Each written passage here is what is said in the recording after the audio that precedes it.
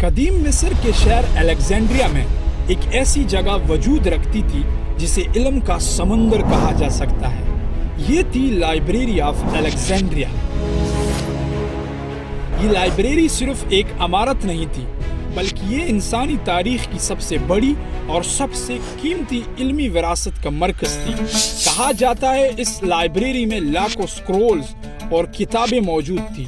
Library of Alexandria میں تقریباً 40 لاکھ یعنی 4 ملین کتابیں اور مخطوطات موجود تھی، جو اس زمانے میں دنیا کی سب سے بڑی کتابوں کا مجموعہ تھی، جن میں دنیا بھر کے علوم محفوظ تھے۔ فلسفہ، سائنس، ریاضی، ادب، جغرافیہ، طب، ستاروں کا علم، سب کچھ ایک ہی لائبریری میں یعنی ایک ہی چھت کے نیچے محفوظ تھا۔ قدیم روایت کے مطابق ایک ایتھنز کا دانشور ڈیمیٹریوس نے یہ تجویز دی کہ الیگزینڈریا میں ایک ایسا مرکز بنایا جائے جہاں دنیا بھر کی علمی تحریروں کو محفوظ کیا جا سکے۔ یہ مرکز موسیون یعنی موسیٰ کا گھر کے نام سے قائم ہوا، جو بعد میں لائبریری کا حصہ بن گیا۔ بیتلموس اول، جو الیگزینڈر دی گریٹ کا ایک قریبی جنرل تھا، اس نے الیگزینڈر کی وفات کے بعد مصر کی حکومت سنبھالی اور مصر میں بطالسی سلطنت قائم کی، اور اسی کے دور میں الیگزینڈریا میں اس عظیم لائبریری پر کام شروع ہوا۔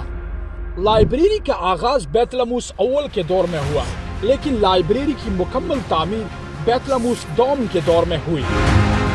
اس لائبریری کا مقصد صرف ایک ہی تھا، دنیا کا ہر تحریری لفظ یہاں جمع ہونا چاہیے۔ کئی روایات کے مطابق اگر کوئی جہاز الیگزینڈریا کی بندرگاہ پر لنگر اندوز ہوتا تو تمام مسافروں کی کتابیں ضبط کر لی جاتی اور ان کتابوں کی کاپیز بنا کر وہ کاپیز مسافروں کو واپس دے دی جاتی اور اصل کتاب لائبریری کے پاس پڑی رہتی۔ ٹائم گزرنے کے ساتھ ساتھ اس لائبریری نے ایسے دماغ بھی پیدا کیے جن کے کارنامے صدیوں تک یاد رکھے جائیں گے۔ زائنڈوٹس، جو لائبریری کا پہلا نگران تھا۔ زائنڈوٹس کا سب سے بڑا کام یہ تھا کہ اس نے قدیم یونانی شاعر جس کا نام ہومر تھا اور اس کی 2 مشہور کہانیاں ایلیڈ اور اوڈیسی، جو اس وقت لوگوں میں بہت زیادہ مقبول تھی، زائنڈوٹس نے ان کہانیوں میں ترتیب اور تصحیح یعنی غلطیوں کو درست کیا تاکہ صحیح مواد محفوظ رہ سکے۔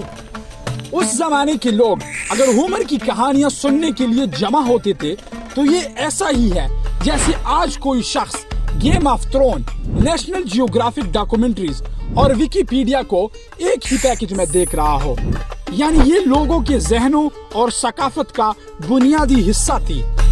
اس کے علاوہ اس نے لائبریری میں ایک نظام بھی بنایا، اور وہ نظام کچھ یوں تھا کہ اس نے لائبریری میں موجود تمام کتابوں کے شیلف پر الفابیٹس لگوائے، اور پھر لائبریری میں موجود تمام کتابیں جن کی مصنف کا نام اے سے شروع ہوتا تو ان کو اے کے شیلف میں رکھا جاتا، اور جن کتابوں کے مصنف کا نام بی سے شروع ہوتا تو ان کو بی کے شیلف میں رکھا جاتا۔ اس کے علاوہ اس نے کتابوں کے آخر میں ٹیگز بھی لگوائے تاکہ لوگوں کے لیے آسانی ہو۔ یہ سب چیزیں آج ہمارے لیے بہت ہی معمولی ہے، لیکن اس زمانے میں یہ کسی تخلیق یا ایجاد سے کم نہیں تھی۔ ایراتوستھینس، جغرافیہ دان اور سائنس دان۔ ایراتوستھینس الیگزینڈریا کی لائبریری کے مشہور نگرانوں میں سے ایک تھے۔ وہ صرف ایک لائبریرین نہیں تھے بلکہ ایک ماہر سائنسدان، ریاضی اور جغرافیہ کے بھی ماہر تھے۔ اس نے زمین کی پیمائش میں ایک تاریخی کارنامہ انجام دیا۔ اس نے زمین کے گول دائرے سرکمفرنس کا سائنسی طریقے سے اندازہ لگایا جو اس وقت بہت درست سمجھا جاتا تھا۔ ایراتوستھینس نے زمین کے نقشے بنائے اور دنیا کے پہلے جغرافیہ خطوط لیٹیچیوڈ اور لانگیچیوڈ کی بنیاد رکھی۔ اس کے علاوہ اس نے کیلنڈر کے نظام کو بھی بہتر بنایا، خاص طور پر لیپ ایئرز یعنی ایسا سال جس میں فروری میں ایک دن زیادہ ہوتا ہے۔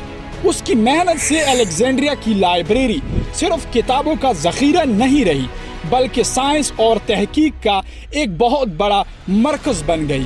ہیروفیلس،